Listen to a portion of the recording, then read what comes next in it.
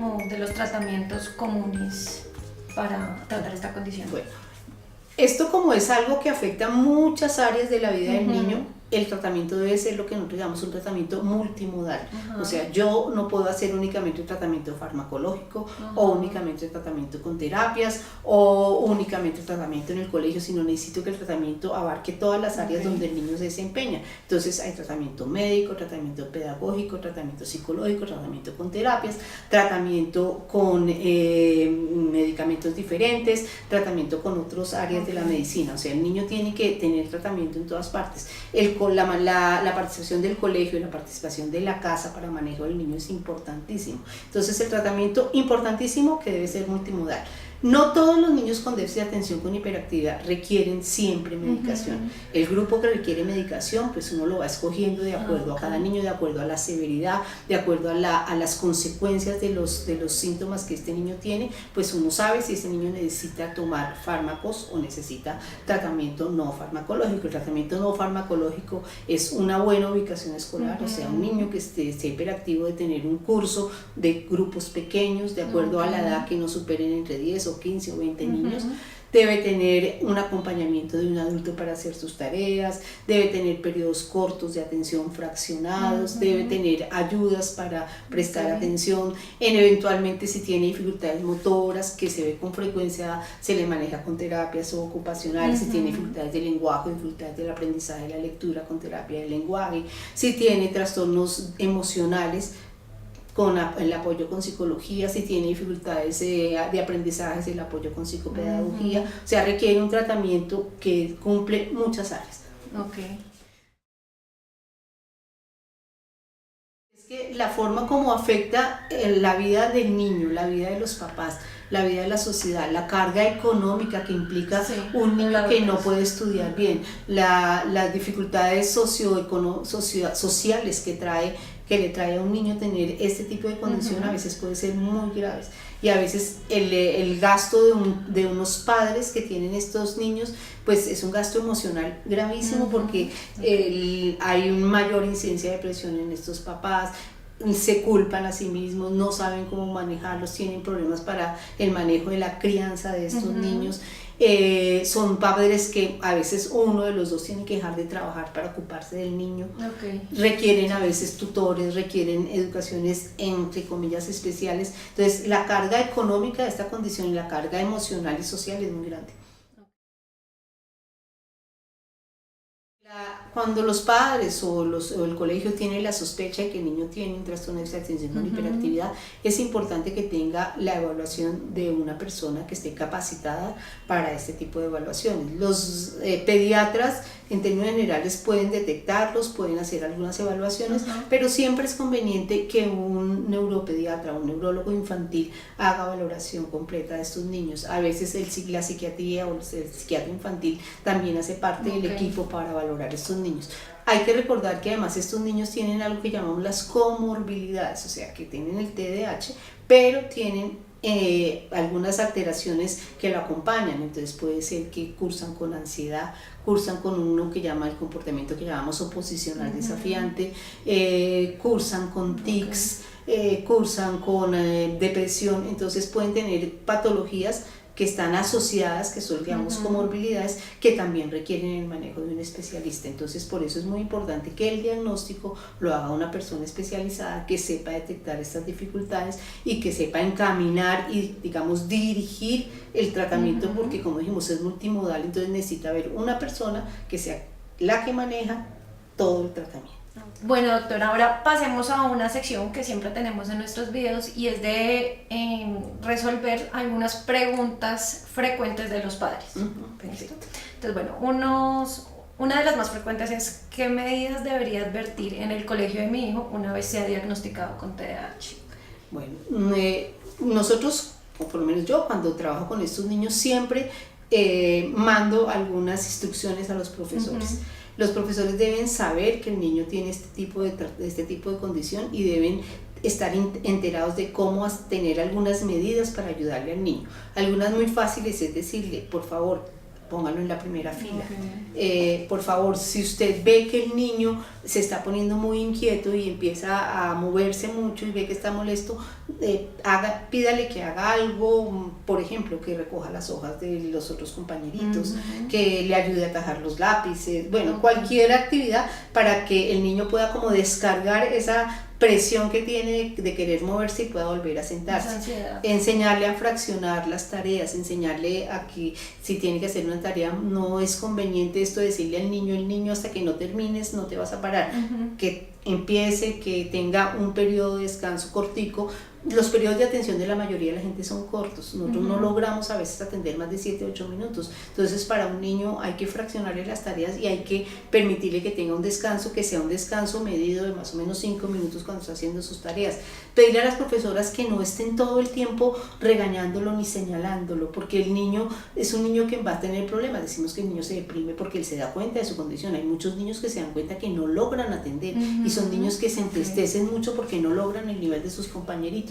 Y si encima tienen una profesora que todo el tiempo lo está señalando, y Juanito, es que usted es el inquieto, y Juanito, entonces el niño va a tener muchas dificultades. Enseñarles a los profesores a resaltar lo bueno y no estar siempre machacando sobre lo malo, que si el niño hace algo bien, el niño probablemente si le alaban eso bien que hizo, lo va a seguir repitiendo, lo va a seguir haciendo bien. Enseñarles como ciertas tareas y ciertas formas de hacer que el niño atienda, donde las cosas interactivas funcionan mucho mejor, donde las salidas de campo funcionan mucho mejor, o sea, ciertas medidas de clases que no solamente funcionan bien para los niños con hiperactividad, sino para el aprendizaje de cualquier niño. Pero igual, el niño puede ir a un colegio normal, simplemente es... Sí, digamos, la recomendación que se hace a estos niños es que el colegio que escojan sea un colegio donde los grupos sean pequeños. Es muy difícil que en un grupo de 35 o 40 niños el niño atienda y además la profesora le preste la atención necesaria, porque es humanamente imposible, es muy difícil en grupos tan grandes. Entonces lo que uno recomienda son colegios de grupos pequeños, no necesita educación especial, pero sí grupos pequeños. De hecho, hay colegios para niños con trastornos de déficit de atención con hiperactividad, sobre todo cuando los casos son muy severos, pues uno los recomienda. Muchas veces una buena ubicación escolar hace el 80 o 90% del tratamiento. Un niño que pasa de un colegio supremamente grande, con una exigencia académica muy grande, con una exigencia disciplinaria muy alta, y pasa a un colegio con otras características, cambia totalmente y empieza a funcionar divinamente. Eso también hay que tenerlo en cuenta. Otra de las preguntas es, ¿debe mi hijo recibir apoyo psicológico o psicopedagógico? Depende, no todos los niños, hay algunos niños y eso debe estar direccionado por el especialista que está manejando al niño. Entonces el especialista le va a indicar cuándo sí necesita el apoyo psicológico y psicopedagógico y cuándo no, entonces va a depender de cada niño y de cada caso en especial. Y esta última pregunta también muy frecuente ya en mamás que tienen niños con TDAH es, ¿pueden los medicamentos convencionales generar dependencia en mi hijo? Bueno, es muy importante recordar que el medicamento y los medicamentos que utilizamos para el déficit de atención con hiperactividad son para un grupo de niños específicos, que no todos los niños van a necesitar medicamento. Que muchos niños, cuando les ponemos el medicamento, vemos una respuesta maravillosa. Uno ve con mucha frecuencia que el niño que realmente necesita el medicamento, el niño que está bien indicado, el medicamento funciona muy bien y realmente es la regla de oro del tratamiento en TDAH, es los medicamentos que pueden ser medicamentos estimulantes, bueno, los diferentes tipos de medicamentos que tenemos. La verdad es que hay mucho miedo en los padres de poner este tipo de medicación. Miedos porque hay mitos que produce dependencia el primero. Realmente los estudios han demostrado que es todo lo contrario. Los niños con TDAH tienen más tendencia a tener conductas riesgosas cuando son adolescentes. Una de esas conductas riesgosas son las adicciones. Y lo que se ha visto es que el niño que ha recibido medicamentos tiene menos riesgo de caer en adicciones que el niño que no lo recibió. ¿Por qué? Porque hemos manejado uno de los problemas del TDAH, que es la impulsividad. Entonces, eso no es cierto. No produce dependencia. Sí producen efectos secundarios, pero esos efectos secundarios pues los vamos a ir manejando de acuerdo a que como se vayan presentando. Y podemos utilizar ayudas de otro tipo, para manejar este tipo de problemas. Teniendo en cuenta que la regla de oro del tratamiento es utilizar medicamentos farmacológicos del tratamiento cuando se utiliza farmacología, específicamente el metilfenidato, que es el primero que utilizamos. Existen otros medicamentos dentro de la medicina convencional que también son útiles en estos niños, la tamoxetina, hay otros medicamentos.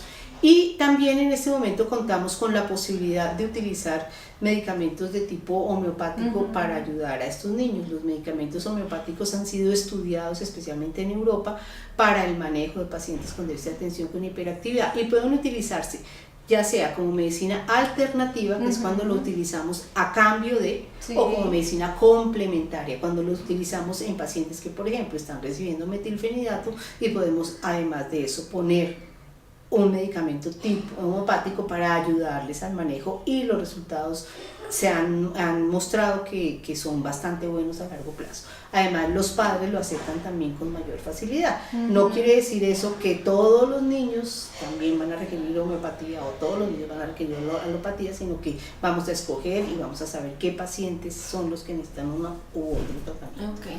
Sí, independiente del tipo de medicamento creo que es importante siempre que esté formulado por el especialista. Exactamente. Porque por más suave o natural que sea, y hay mucha información ahorita en internet, las mamás buscan mucho en Google qué le puedo dar, y pues eso no está bien. Lo importante es siempre ir de la mano del pediatra y del especialista, específicamente del neurólogo. Exactamente, porque hay mucha promoción de ciertos tratamientos y ciertas cosas que no tienen realmente el respaldo científico suficiente. Entonces la idea es que ojalá siempre estén de la mano de su pediatra o de su neuropediatra o de su psiquiatra infantil, que es quien puede saber realmente qué tratamientos son los más adecuados o los que pueden servir para cada niño. Sabemos también que hay otras cosas que están utilizando, por ejemplo las dietas, una serie de cosas, y que simplemente hay niños que son más sensibles a ciertos alimentos, niños que con ciertos alimentos se ponen más inquietos, entonces eso también es importante saberlo. Las mamás lo saben perfectamente, que hay niños a los cuales los azúcares les disparan la inquietud y cada vez que comen mucho dulce se vuelven inmediatamente inquietos, tengan o no déficit de atención con hiperactividad, pero eso va a una sensibilidad específica de cada niño. Entonces saber eso, que lo importante es llevar una vida sana, tener buen sueño, porque esa es otra de las cosas. La falta de sueño favorece que los niños se vuelvan más inquietos, y los niños inquietos además duermen menos que los otros. Entonces hay que favorecer un buen sueño, buenos hábitos de vida, buena alimentación, una alimentación sana, sin tantos alimentos procesados, sin tantas gaseosas, ni jugos, ni todas estas cosas que son industriales, sino alimentos entre más sanos, más natural. Todos sabemos que pues vamos a tener mejor salud. Bueno, doctora, pues muchísimas gracias por dedicarnos este tiempo y por darnos esta información tan útil y tan importante que es y que viene de ti, que eres experta, pediatra, neuróloga en este tema. Muchas gracias a los que nos están viendo, y pues igual les voy a dejar la información de la doctora abajo por si quieren contactarla. Bueno, muchas gracias a todos, ojalá les haya servido y esperamos volver a vernos en una próxima oportunidad.